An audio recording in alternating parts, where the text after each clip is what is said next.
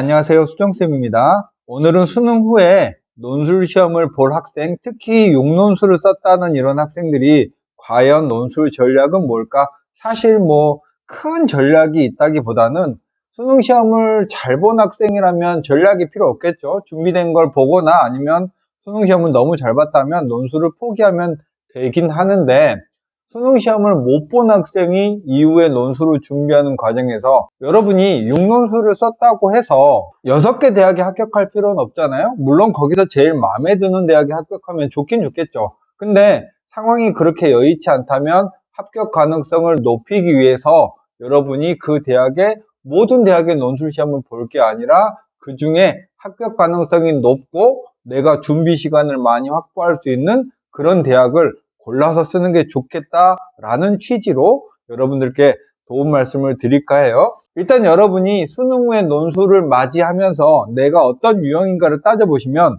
일단 지원을 아래 표, 곧 보여드릴 표대로 잘 지원했는지, 상향했는지, 그것도 초상향했는지, 논술 준비 기간을 올해 초부터 했는지, 반년 정도 했는지, 거의 못했는지, 또 건대 이상은 확통기하를 출제하는 대학인데 내가 확통기하를 모두 잘 준비했는지, 확통만 했는지, 기하만 했는지, 전혀 못했는지, 이런 상황을 보고 논술 대학을 많이 볼 거냐 아니면 선택과 집중을 할 거냐를 결정을 하시면 됩니다. 이거는 9월 평가원 원점수로 지원할 수 있는 대학을 적어 드린 거고, 예를 들면 76점 맞은 정도의 학생이 한양대를 지원했다 이러면은 초상향 지원을 한 거죠. 근데 76점 맞은 학생이 예를 들면 서울과기대 같은 데를 지원했으면 약간 상향 지원했다, 이런 느낌으로 제가 아래 표에서 말씀을 드릴 거고, 68점 정도 나와서 가천대를 쓸 수 있는 학생이 동국대나 이런 데를 썼다 그러면 역시 이건 초상향 지원이죠.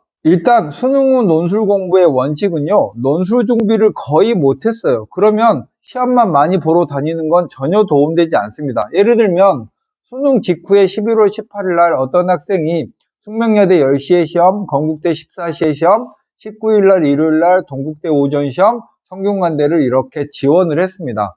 이 학생이 논술 준비를 못했던 학생이고 어찌어찌 성균관대 수능최저를 맞췄어요. 수능최저 조합이 좀 이상하다, 그래서 수능최저를 2합5나 3합6을 겨우 맞췄다면 이 학생은 이 대학교 시험을 다 보러 가야겠죠. 그런데 논술 준비를 전혀 안 한 학생이 11월 17일 하루 딸랑 공부하고 18일 날 이렇게 시험을 보러 가면 하루 왼종일 시험을 보러 다니는 거예요. 그러니까 저녁에 집에 와서 자기 공부를 하면서 다음날 시험 준비를 할 시간은 사실 건대만 좀 오후에 있지 그 다음날은 없는 거죠. 이런 학생이라면 이 대학을 모두 다 논술 보러 가는 거는 오버다. 그런데 수능 전에 논술 준비를 상당히 많이 했어요. 숙대, 건대, 동국대, 성균관대 기출도 꽤 많이 봤어요. 이런 학생이라면 많이 보러 가면 보러 갈수록 확률이 높아지는 거고, 또 선택 과목에 있어서, 논술 선택 과목에 있어서 숙명여대는 미적분까지 보죠. 건대는 미적, 확통, 기하까지 다 보긴 하지만 미적까지 위주로 내고 확통은 약하게, 또 기하는 올해는 모르겠어요.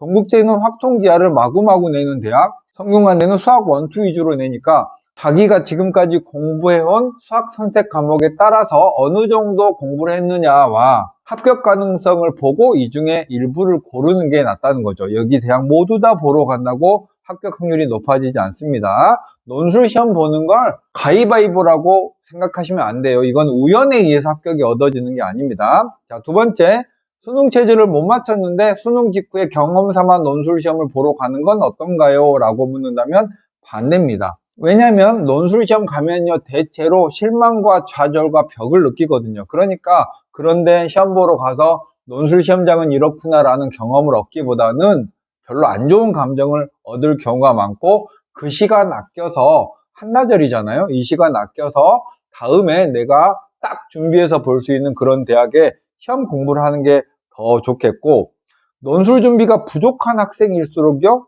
수능 직후의 주말보다는 수능 다음 주에 한 주 여유 있는 대학에 시험 공부를 차분하게 시간을 확보해서 하면 되겠고, 수능 시험을 못 봤다면 입결이 낮은 대학부터 공략하는 게 좋습니다. 입시 결과라는 게 대학의 네임밸류잖아요. 이게 낮은 대학이 합격 가능성이 높아요. 시험의 난도와 상관없이 여러분의 합격 가능성은 네임밸류에 따라 결정됩니다. 왜냐하면 그만큼 실력 좋은 학생들이 상위권 대학은 덤빌 거기 때문이죠. 다섯 번째는 자투리 시간을 적극 활용하세요. 이 말은 뭐냐면 수능 이후에 논술 공부를 할 시간은 사실 많은데 여러분이 학원 3시간 왔다 갔다 하고 저녁에 깔짝깔짝 몇 개 보고 그리고 수능 전과는 다르게 여유 있는 시간을 보내면 합격 확률은 떨어질 수밖에 없습니다. 수능 전처럼 바짝 자기의 모든 가용한 시간을 짜내서 공부하는 학생이 합격 확률이 높고요. 논술 전형이 인서울의 경우에는 기본적으로 40대 1, 50대 1이잖아요. 이런 시험을 설렁설렁 공부해서 합격할 수 있다고 생각하는 것 자체가 너무 느슨한 전략입니다. 자, 다음은 수능 성적에 따라 전략이 달라진다는 말은 뭐냐면 수능 시험을 잘 봤다면 정시로 갈 수 있는 대학은 다 버리면 되겠고 수능 시험을 어느 정도 봤다면 그리고 내가 논술 준비를 했다면 논술 시험을 많이 봐서 합격 확률을 높이면 되겠고 수능 성적이 아주 망했다면 그 중에 합격 가능한 대학으로 몰빵을 해서 시험 공부를 충분히 하는 게 합격 확률을 높이는 거라고 이미 말씀드렸죠. 시험만 많이 본다고 합격 확률이 높아지지 않아요. 초상향한 대학들은 버리는 게 좋습니다. 예를 들면 아까처럼 67점, 70점 겨우 맞은 학생이 서강대를 썼어요. 사실 이런 학생은 최저도 안 되겠지만 최저가 없는 한양대나 60점대 초반 학생이 광운대 같은 데를 썼다면 이런 경우들은 버리고 약수령 대학 위주로 이렇게 공부를 하는 게 좋습니다. 혹시나 하는 기대하시면서 논술시험 보러 가봐야 안 되는 건 안 됩니다. 몇 가지 사례별 지원 전략을 소개해 드릴까 하는데요. 수능을 잘 본 학생들은 여기에 쓸 필요가 없어요. 알아서 잘 할 거니까. 근데 수능을 못 봤거나 이런 학생들 위주로 설명을 몇 가지 드릴까 하는데요. 지원을 적절하게 잘 했어요. 충분히 논술 준비를 했어요. 성적이 양호합니다. 이런 학생들은 수능 직후에 4번 시험을 보러 가도 괜찮아요. 준비가 충분했다면 시험을 많이 보는 게 확률을 높일 수 있는 거고 또 시험 볼수록 시험장의 분위기도 익힐 수 있고 경험도 축적될 수 있죠. 그리고 이런 학생은 이제 수능 첫 주에 한 2-3개 시험 보고 수능 2주차에 중앙대, 한양대, 이화여대, 광운대, 세종대 등을 지원했다면 2주차에도 열심히 공부하면 확률이 높아질 거고 3주차에 아주대, 인하대까지도 논술 지원을 했다면 끝까지 최선을 다하면 그 중에 하나는 합격할 수 있어요. 자, 모든 과목이 2등급이 나왔습니다. 건대, 동국대, 서강대, 성대, 한양대를 지원했어요. 이런 학생이라면 일반적으로 건대, 동국대의 웬만한 자연계열은 정시 지원으로 합격이 가능하기 때문에 그런 대학들의 논술은 버리고 서강대, 성대, 한양대만 남을 거니까 이제는 논술 준비 상황과 상관없이 이런 대학을 쓰는 거죠. 왜냐면 정시로 건대, 동국대는 갈 수 있으니까. 자, 수학이 1등급 나왔는데 확통 안 하고 기하를 안 했는데 나머지 성적은 완전 폭망했어요. 수학만 잘하는 학생이라는 거죠. 이런 학생이 건대, 서강대, 경희대, 동국대, 중앙대, 이화여대를 썼고 수학만 1등급이 나왔다. 그러면 확통 기하를 모른다면 서강대, 경희대는 버리는 게 낫습니다. 서강대, 경희대는 확통이 한 30% 정도 출제하거든요. 확통을 틀리고 나머지를 다 맞으면 안 될까요? 이런 거 사실 현실성이 없는 상상입니다. 건국대는 미적분 2주니까 쫄지 말고 하루 준비하시면 되겠고 동국대는 전범이긴 하지만 이틀 정도 시간이 있고 또 어디를 낼지 모르니까 약간 우연에 기대서 지원해 볼 만하고 여학생이라면 이화여대를 집중 공략하는 게 좋겠습니다.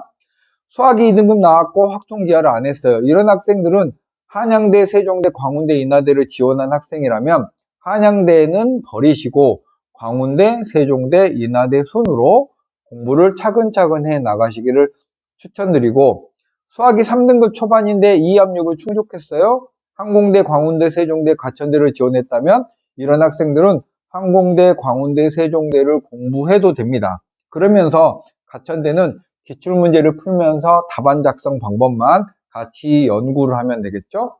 수학이 3등급 중반 나왔는데 다른 과목이 전부 망했어요. 이런 학생들은 가천대 하나 최저 정도 맞출 수 있고 과기대나 광운대나 인하대는 마지막 주에 다른 대학 없이 그냥 시험 보는 대학이니까 공부를 해도 되겠지만 과기대 같은 데는 시험 문제는 쉽지만 합격 확률이 매우 낮아요. 그래서 이런 데는 버리고 가천대 위주로 공부하고 그 다음 주에 인하대 공부하는 이런 방향으로 공부를 하는 게 좋겠고 수학이 아닌 국어 영어로 2합 6을 맞췄는데 수학이 4등급이에요.